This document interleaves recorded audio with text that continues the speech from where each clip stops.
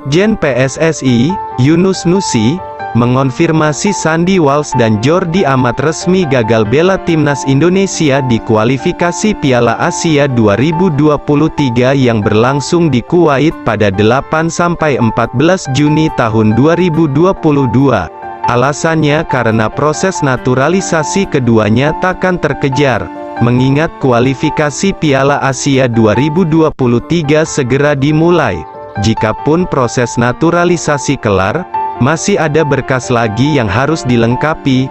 Mereka harus menuntaskan persoalan administrasi naturalisasi mereka, khususnya yang berkaitan dengan persyaratan FIFA. Kalau urusan administrasi dari negara selesai, mereka masih harus mengubah asosiasi sepak bola mereka, masing-masing dari asosiasi sepak bola Spanyol dan Belanda. Itu syarat dari FIFA.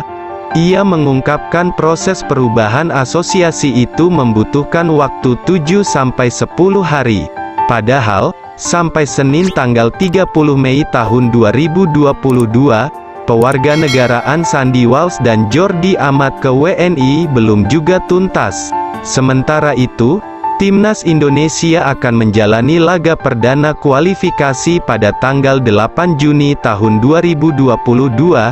Jadi memang tidak memungkinkan karena kami masih menunggu keputusan terakhir untuk menjadi WNI kan ada di DPR. Namun, kami tetap berharap semua bisa rampung secepatnya, lanjutnya.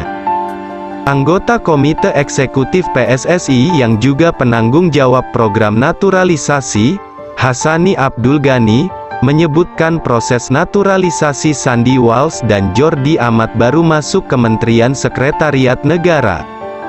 Karena itu, Hassani Abdul Ghani meminta semua pihak ikhlas melihat timnas Indonesia tanpa Sandy Walsh Jordi Amat dalam kualifikasi Piala Asia 2023. Ya sudahlah, kalau memang mereka tidak bisa berlaga di kualifikasi Piala Asia, mudah-mudahan Indonesia bisa lolos dan mereka bisa bermain di Piala Asia tahun 2023, kata Hassani. Sandy Walsh dari Belanda dan Jordi Amat dari Spanyol merupakan pemain luar negeri keturunan Indonesia yang berkas administrasi naturalisasinya menjadi WNI sedang diproses pemerintah. Jordi Amat dan Sandy Walsh sudah menuntaskan beberapa agenda naturalisasi di Jakarta beberapa waktu lalu, seperti mengurus beberapa hal kepada kedutaan besar negara asal mereka di Indonesia, melakukan tes kesehatan dan mengikuti wawancara tertutup dengan Badan Intelijen Negara,